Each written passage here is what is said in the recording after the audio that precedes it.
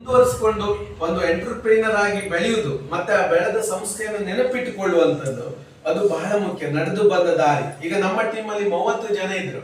ಅದರಲ್ಲಿ ನಮ್ಮ ಟೀಮ್ ಅಲ್ಲಿ ನಮ್ಮ ಟ್ರೈನಿಂಗ್ ಬಂದರೆ 17-15 ಜನ. ಆದ್ರೆ 15 ಜನ ಅದನ್ನು ನೆನಪಿಟ್ಕೊಂಡಿದ್ದಾರೆ ಈ ನಮ್ಮ ಟೀಮ್. ಇನ್ನು 15 ಜನರಿಗೆ ನೆನಪಿಲ್ಲ ಅಂತಲ್ಲ.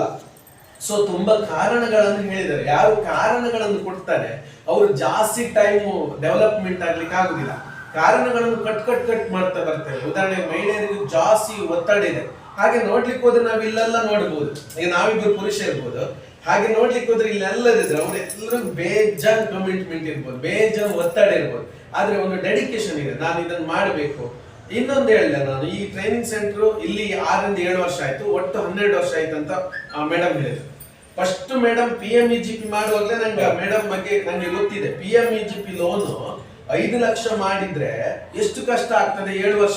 ಅವರ ಸಾಧನೆ ಹಿಂದೆ ಎಷ್ಟೆಷ್ಟು ಕಷ್ಟಗಳಿದೆ ಅದೆಲ್ಲ ಈ ವಾಲ್ ಅಲ್ಲಿ ನಮಗೆ ಕಾಣ್ತದೆ. ಅವರ ಕಷ್ಟಗಳು ಏನನ್ನ ಹೇಳ್ತಾ ಇದೆ ಅಂತ ನಮ್ಗೆ ಇಡೀ ಇಲ್ಲಿಂದ ಎಲ್ಲ ಗೋಡೆಗಳು ಮಾತಾಡ್ತದೆ ಅಂತ ನಾವು ಅವರ ಚಿತ್ರೀಕರಣದಲ್ಲಿ ನೋಡ್ಬೋದು, ಅವರ ಫ್ಯಾಬ್ರಿಕ್ ಪೇಂಟಿಂಗ್ ಅಲ್ಲಿ.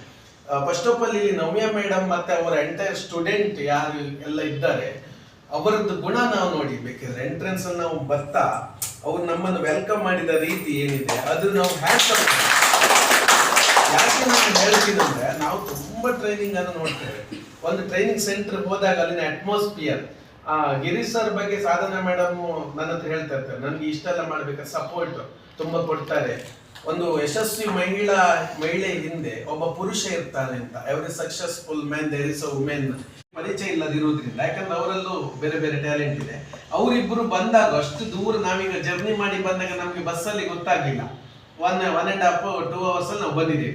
ಅವ್ರು 3 ಬಸ್ ಚೇಂಜ್ ಮಾಡಿ ಮತ್ತೆ ಮನೆಗೆ ಅಲ್ಲೆಲ್ಲ ಒಳಗಡೆ ನಡ್ಕೊಂಡು ಹೋಗಿ ಬಂದು ಅದನ್ನ ಹೇಳಿಕೊಡ್ಬೇಕಾದ್ರೆ ಆ ಮಕ್ಕಳಲ್ಲಿ ಇರುವಂತ ಒಂದು ಬದ್ಧತೆ. ಅದು ಟೋಟಲಿ ಯಾಕೆ ನಿಮ್ಗೆ ಇದನ್ನ ಹೇಳ್ತೀನಿ ಅಂದ್ರೆ, ಈ ಸಾಧನೆ ಎನ್ನುವ ಹೆಸರಿಗೆ ಸಾಧನೆ ಮಾಡಿ ಅವರು ತೋರಿಸಿದ್ದಾರೆ. ಸುಮೇಧ ಇನ್ಸ್ಟಿಟ್ಯೂಟ್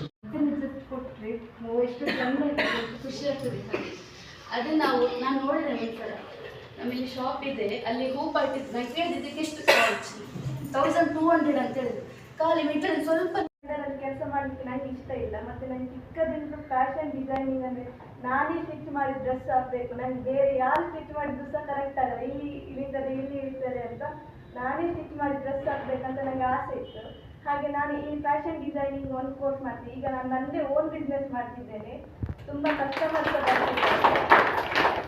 ಮತ್ತೆ ಈಗ ಫ್ಯಾಬ್ರಿಕ್ ಪೇಂಟಿಂಗ್ ಅಂದ್ರೆ ಈಗ ಟ್ರೆಂಡಿಂಗ್ ಆಗೋದು ಅದೇ. ಬ್ಯಾಂಗ್ಳೂರ್ ಮುಂಬೈಗೆ ಹೋದ್ರೆ ನೀವು ನೋಡ್ಬೋದು ಅದೇ ಹಾಕೋದು. ಮತ್ತೆ ಒಂದು ಸಾರಿಗೆ 10,000 ಇಂದ 15,000 ರೇಟ್ ಅಲ್ಲಿ ಮಾರ್ತಾರೆ.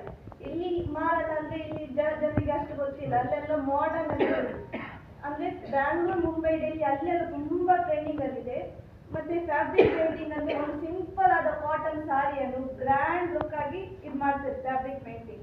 ಮತ್ತೆ ನೀವು ಆನ್ಲೈನ್ ಬಿಸ್ನೆಸ್ ಅಲ್ಲಿ ಸಹ ಖಾಲಿ ಒಂದು ಬುಕ್ ಮಾಡಿ ಅದರಲ್ಲಿ wedding anniversary date, birthday gift ಹಾಗೆ ಒಂದು ಕೊಟ್ಟರೆ 1,200 ಚಾರ್ಜ್ ಮಾಡ್ತಾರೆ.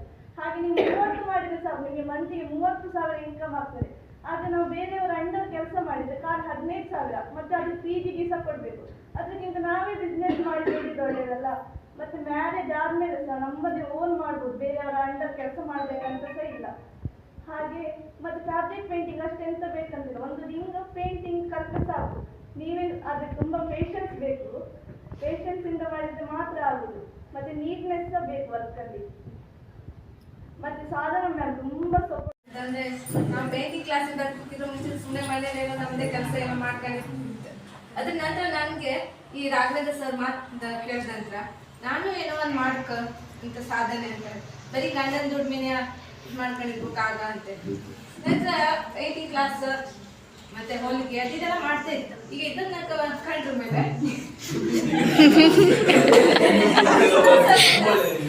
ನಾವೆಂತ ಕಲ್ತದ್ದು ಏನೂ ಇಲ್ಲಲ್ಲ,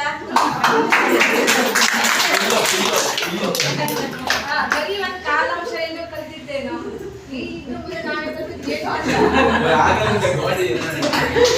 ನೋಡಿ ಕಲಿಯುವಂಥದ್ದು ಇನ್ನೂ ಜಾಸ್ತಿ ಇದೆ. ನೋಡಕ್ಕಂತ ಬಂದಿದ್ದೀವಿ, ಆದ್ರೆ ಈಗ ನೋಡಿದ್ರೆ ತರ ನೋಡ್ತಾ ಇದ್ದೀವಿ. ಆದ್ರೆ ಕಲಿಯೋದು ಇನ್ನೂ ಇದೆ, ತುಂಬಾ ಇದೆ ನಮ್ಮನ್ನು ಕಲಿಯೋದು.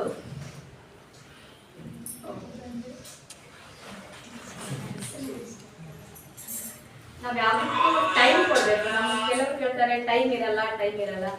ಜೊತೆಗೆ ನಾವು ಎರಡು ಕಡೆನೂ ಇದು ಮಾಡಬೇಕು, ಮಕ್ಕಳನ್ನು ನೋಡ್ಕೋಬೇಕು. ಈ ಕೆಲಸನ ನಾವು ಅದ್ರ ಜೊತೆಲಿ ಮಾಡ್ಕೊಂಡು ಹೋಗ್ಬೇಕು. ಕಲ್ತ ಮೇಲೆ ಬಿಡಬಾರ್ದು. ನಾನು ಫಸ್ಟ್ ಎಲ್ಲ ಮನೇಲೇ ಇದ್ದೆ, ಮನೆ ಏನು ಮಾಡ್ತಾ ಇರಲಿಲ್ಲ. ಇವಾಗ 3 ವರ್ಷದಿಂದ ನಾನು ಆಚೆ ಬರ್ತಾ ಇದ್ದೀನಿ. ಎಲ್ಲ ಮಾಡ್ತೀವಿ, ಎಲ್ಲ ಕ್ಲಾಸಸ್ ಕರೆದಾಗೆಲ್ಲ ನಾವು ಎಲ್ಲ ಕ್ಲಾಸಿಗೂ ಹೋಗ್ತೀವಿ. ನಾನಲ್ಲಿ ಏನೋ ಒಂದು ಮಾಡಬೇಕು ಅನ್ನೋದು ಒಂದು ತುಂಬ ಡಿಸೈನ್ ಮಾಡ್ಕೊಂಡು ತುಂಬ ಇಷ್ಟ ಆಯಿತು. ಹಾಗೆ ನಮಗೆ ಸುಮೇಧಾ ಇನ್ಸ್ಟಿಟ್ಯೂಷನಿಂದ ಅಂಕಿತ ಮತ್ತು ಶ್ರೇಯ ಅಂತ ನಮಗೆ 2 ದಿನ ಟ್ರೈನಿಂಗ್ ಕೊಟ್ಟಿದ್ರು. ತುಂಬ ಖುಷಿ, ಫ್ರೆಂಡ್ಲಿ ಆಗಿದ್ರು. Thank you. ಎಲ್ರಿಗೂ ಧನ್ಯವಾದ.